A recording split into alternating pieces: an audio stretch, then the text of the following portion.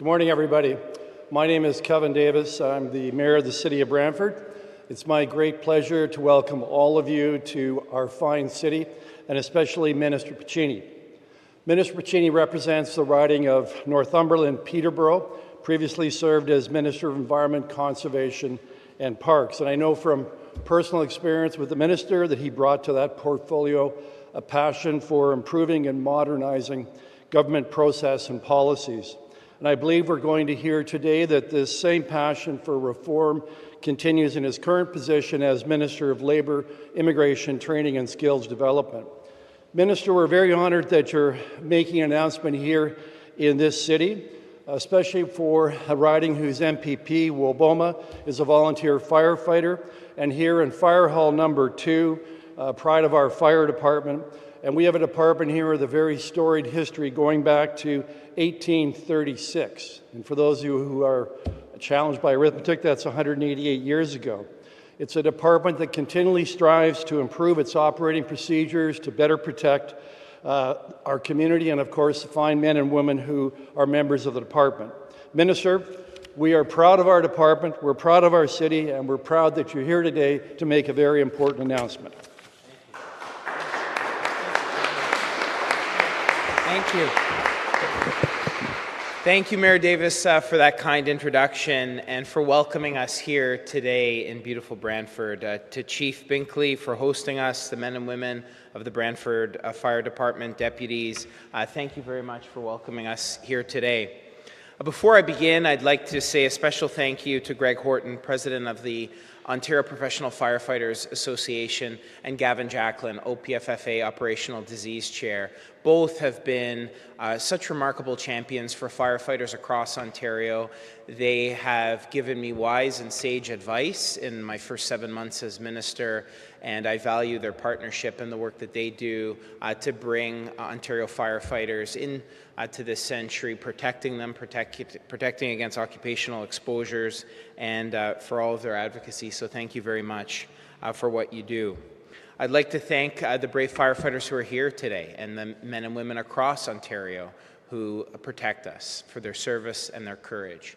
And that includes my colleague, MPP Will Boma, who of course is no stranger to this community, a volunteer firefighter himself since 2008, and such a strong voice for Brantford and for all Ontarians. When we sat down and when I became minister, Will's voice for firefighters across Ontario has been a clarion one, talking about keeping firefighters safe, talking about occupational exposures, and talking about prevention. And that's something we don't spend enough time talking about. So Will, thank you for your friendship and your leadership. When others run away from danger, firefighters run towards it. It's fitting to be here with the firefighters after the National Day of Mourning yesterday, where I was at Coronation Park in Toronto, because everyone here has a story of a fellow firefighter or loved one or someone in their community who has sacrificed to keep their community safe. I know from my first few days on the job, the very difficult discussion with a widow of a firefighter. We had difficult conversations at Ministry of Environment, Conservation and Parks, but I remember vividly in my first few days walking home to see my wife and speaking with a widow, Alison Bowman, who will never be able to speak to hers. This was, of course, Captain Craig Bowman's story, who died in the line of duty from esophageal cancer and whose advocacy with her daughter, Alexi, and the entire Bowman family helped inform moves that we made to provide retroactive coverage for esophageal cancer. And again, I want to thank Greg, Gavin, and the team for their leadership in making that happen. Heroes like Captain Bowman deserve to have a government that values their service. And I recognize the risks that firefighters take each and every day. That's why in our fourth Working for Workers Act, we improved the presumptive coverages I mentioned for primary site esophageal cancer by reducing the employment duration threshold from 25 to 15 years. This is the lowest duration of service in Canada. This will become effective this May and will be retroactive to 1960. This builds on adding presumptive coverage for pancreatic and thyroid cancer in our third Working for Workers bill. And we're not done there. I'm proud to announce that our government is serving those who serve again by strengthening and improving protections for Ontario's municipal and wildland firefighters.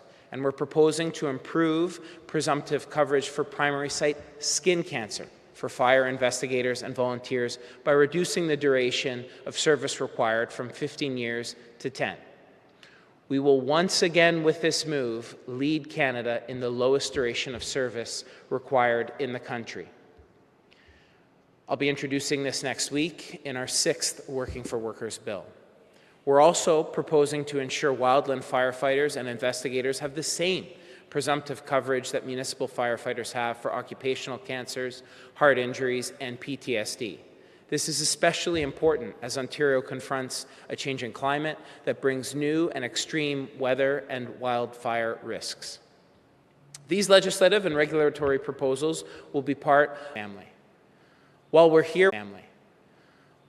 with this exciting news today, government and as minister, we're going to continue to work for the firefighting community as part of our long-term plan to safeguard the health and safety of our frontline heroes in every corner of the province. And I recognize that we have more work to do on presumptive kidney and colorectal cancer work to ensure that you have the WSIB coverage that you have earned. Now it's my honor to invite to the podium Greg Horton, President of the Ontario Professional Firefighters Association. Greg, you and the firefighting community have challenged us to deliver. Politics is always a two-way street, and I welcome that challenge. And I thank you for your leadership, for your advocacy, for your partnership, and for your friendship. Greg, the floor is over to you. Thank you.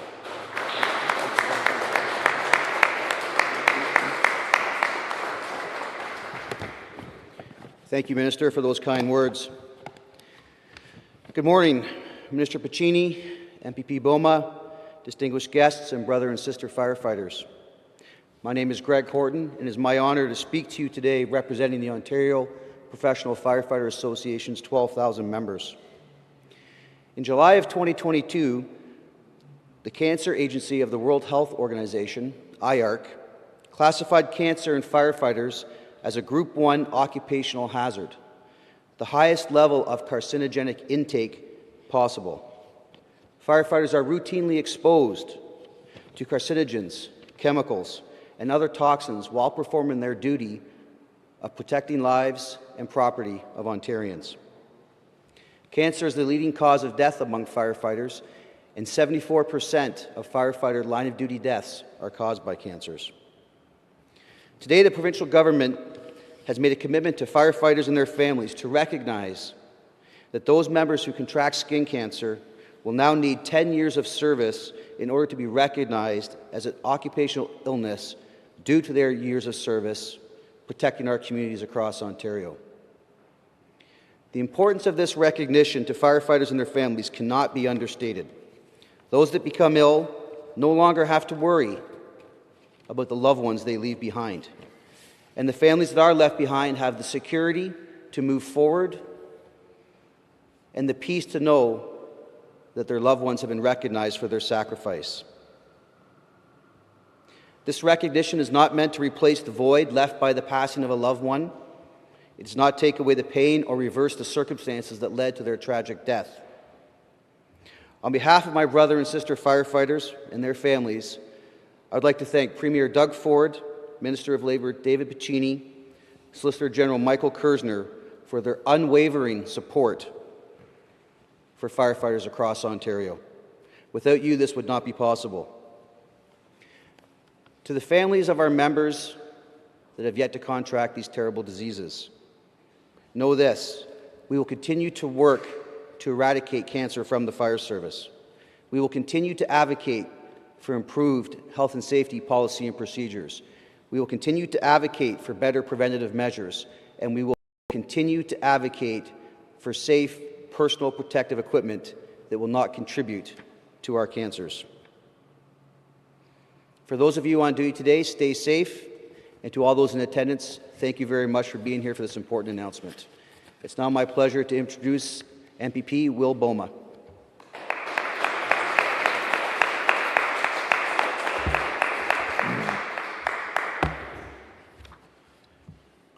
Good morning, everyone.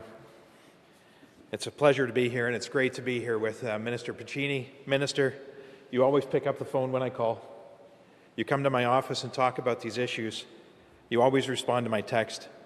And today is another testament to that work, not because of my advocacy, but because of the great advocacy of firefighters across the province of Ontario.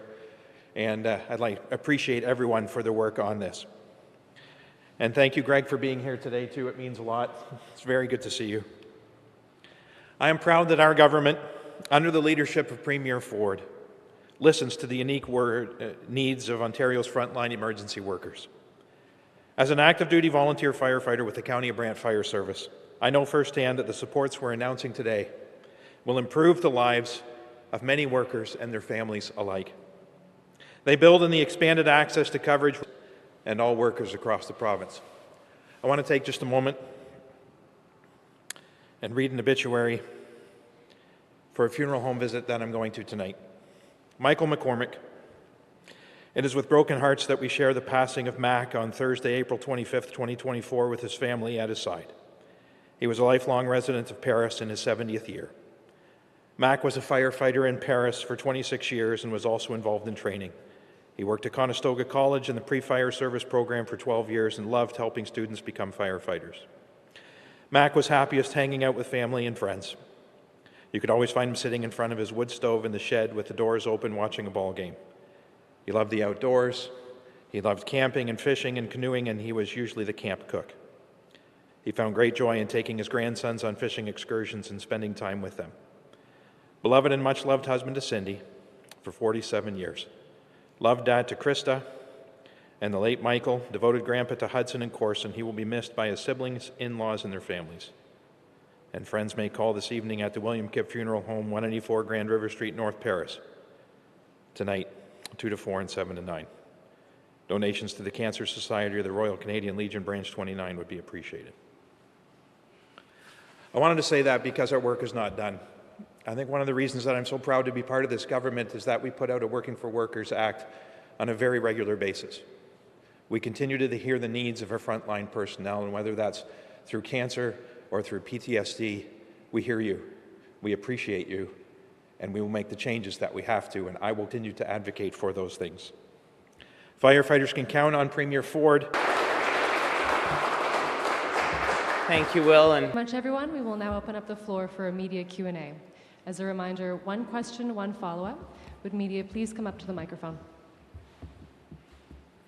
Hi, Minister. Lorenda from CBC News. I'm going to start, actually, I have one and one from my colleagues on the national side. Does this mean that families who lost wildland firefighters to associated illnesses can make claims? yes. Yes, it does. Thanks, Lorena. Appreciate the question. Yes. Okay. And is, including the wildland firefighters, is this in response to not being able to find enough firefighters for that?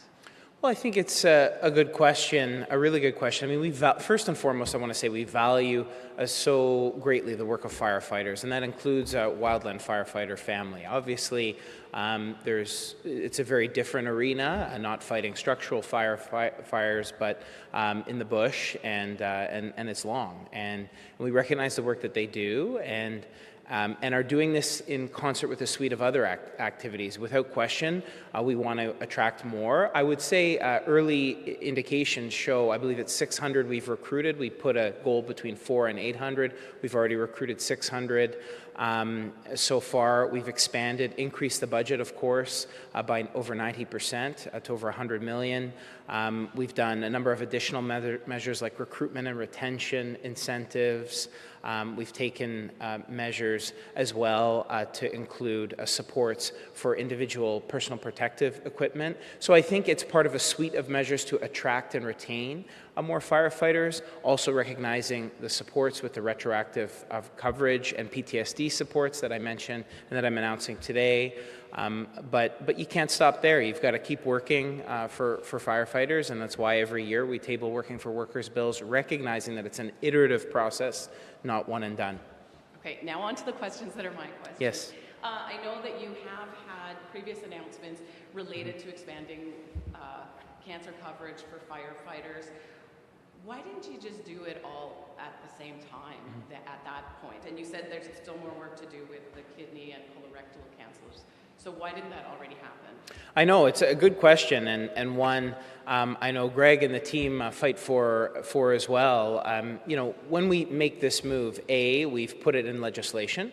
I think it's an important measure, ensuring that should any government, I don't know why they would ever consider doing this, but down the road would seek to make any changes, they would have to go to the legislature. That's an important move versus just a trip to cabinet to change a regulation.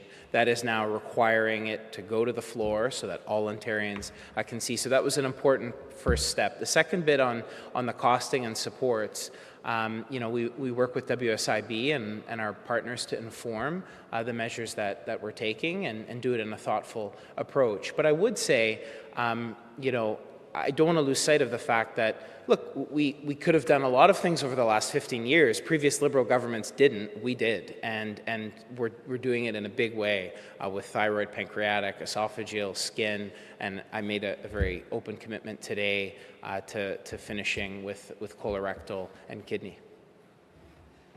Another part of this bill is going to be the changes to sick notes. Yes. This was, it appears, your government undoing something that had been put in place already by the previous government. Is this just another example of your government reversing a decision that it made earlier? No. You can say a lot of things, and you know, I'm a big sports guy. Liberals threw a ton of Hail Marys at the end of a deeply unpopular regime that saw them reduced to no party status, and so Hail Marys that were thrown in the wake of an election. Sorry to get political, but that's a fact, and we've taken a measured approach. I mean, I visited. Why was I elected? The number of small businesses that were punished by the policies of the previous government. You have to strike a balance. And you know, every union that I've spoken to, in particular private sector unions in building and construction trades, recognize that that they succeed when their employers succeed, and that you have to work together. We're doing it for occupational health and safety here. And on the sick notes, we're putting patients, you know, over paperwork. 19 hours is what doctors spend on writing notes, you know, and we've heard from family physicians that, you know, you've got to have that accountability piece, but that sick notes isn't the avenue to do it, and we heard from doctors loud and clear. Thank you. Are there any other media inquiries?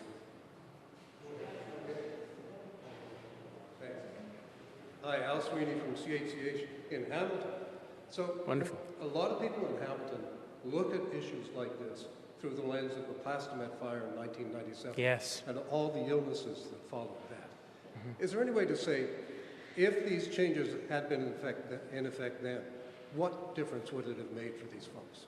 Yeah, I think that's an excellent question. I think, you know, as coming from family that immigrated here to Hamilton, know the city well and know of the fire you speak, I was educated by Greg just in the room today on the various approaches. He said, you know, why did firefighters often have big mustaches and beards, that they'd wet them going into a fire? And then if you look at the museums and you see the apparatuses used then versus today, of course, we can do more. The very equipment that they wear, you know, there's challenges within the equipment that they wear and exposures and decontamination. So over the course of years, science has evolved, our technologies evolved to help firefighters, and I think it's a dual approach of recognizing the heightened exposures that firefighters are facing and recognizing that their families deserve support. So that's why we're making it retroactive to the 60s, but also investing in prevention, I should say, in decontamination as well, and trying to bring all fire halls along with us in that approach too. So I know after I'm going to see some new measures that are being taken and stuff that we want to support going forward. So people affected by the Plastomet fire, they would have had easier access to compensation? Well, I think those that have been denied WSIB compensation until now will have access, and it's retroactive to 1960, recognizing, I mean, the esophageal cancer that I mentioned that we introduced last Working for Workers that I announced in Welland, over the weeks thereafter, I heard from so many families who came forward after. Not that many, but they did say, David, you know, we will now have the supports that we feel we deserve because they lost a loved one in the line of duty. So it's an important recognition, that retroactive piece. And that retroactivity applies for the wildland firefighters as well, for the past few years? There's a retroactive component to wildland firefighters as well. You know. Thank you. Thank you. Hi, Vincent Ball. I'm a reporter with the Expositor. I want to make sure I heard correctly. I heard something along the lines that the previous government didn't do anything with respect to helping firefighters. Did I hear that right, or is there something? Well, I think, I mean, how would you phrase anything's a strong term. What I would say is that, you know, I think that they could have and should have done more. They didn't. We did. And so I'm not going to impugn motives. I think everybody's in the legislature for the right reasons, to fight for their communities.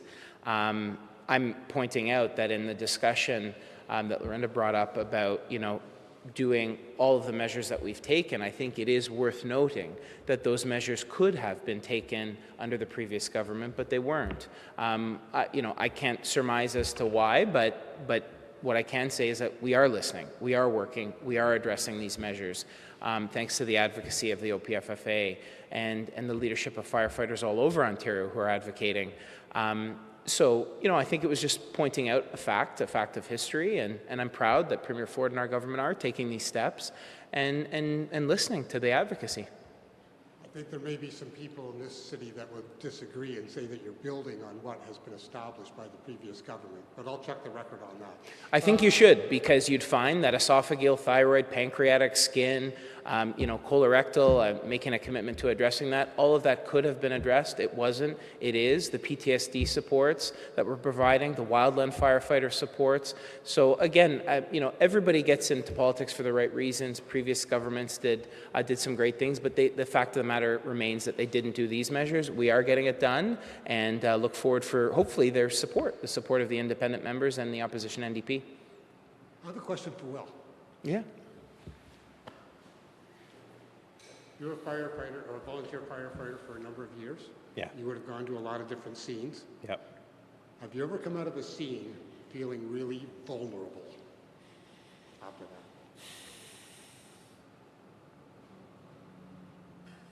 I would say no.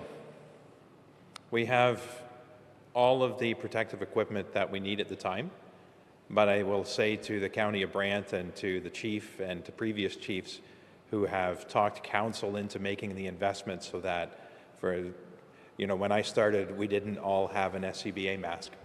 The station had a few. Now we all have SCBA.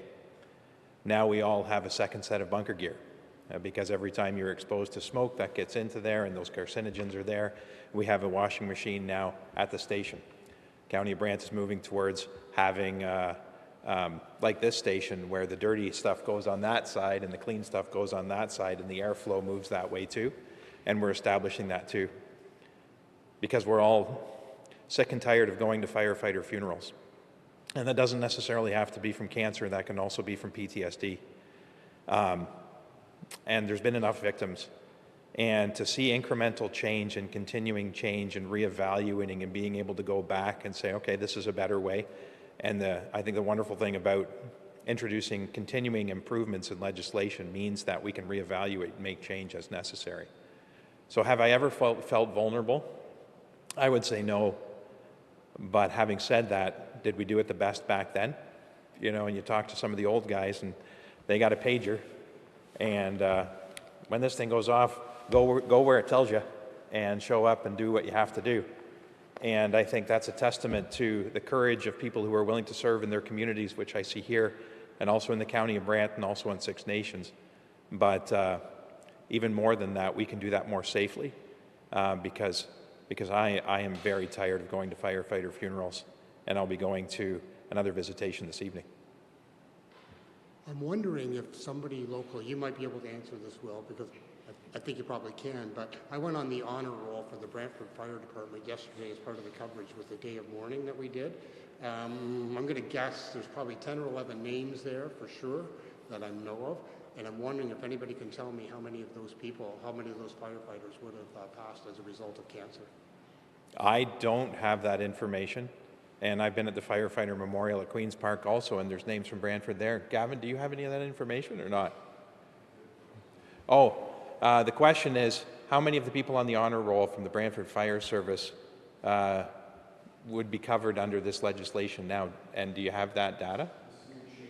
Yeah.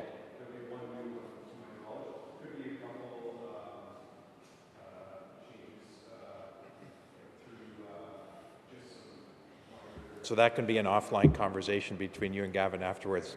Sure. Can I ask the mayor a question? Sure. So we're here in Brantford for this announcement. What's this going to mean for your fire department? It means for our fire department, I think the impact is more on the members of the department, having the assurance that there will be an expanded list of potential cancer conditions that they will be covered under. I think that gives them a degree of confidence. So far as operating policies and procedures, safety is one of the core values that we operate under at the City of Brantford, and as does the Brantford Fire Department.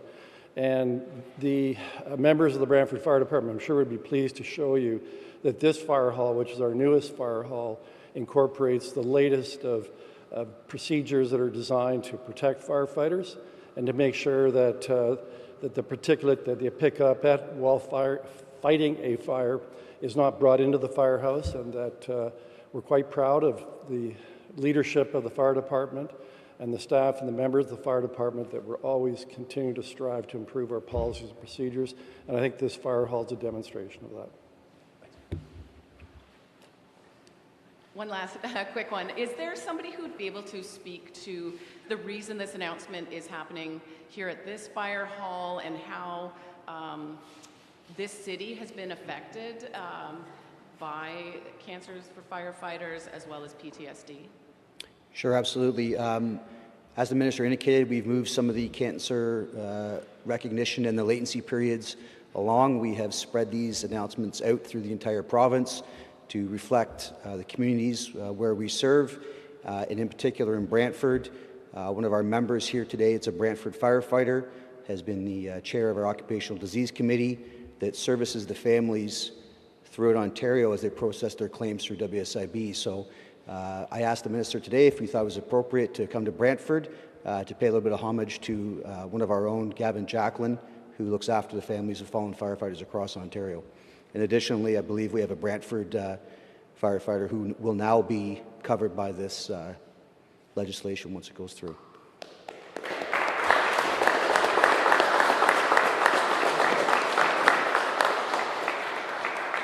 Thank you very much, everyone. Thanks, everyone. That concludes the announcement. Thank you.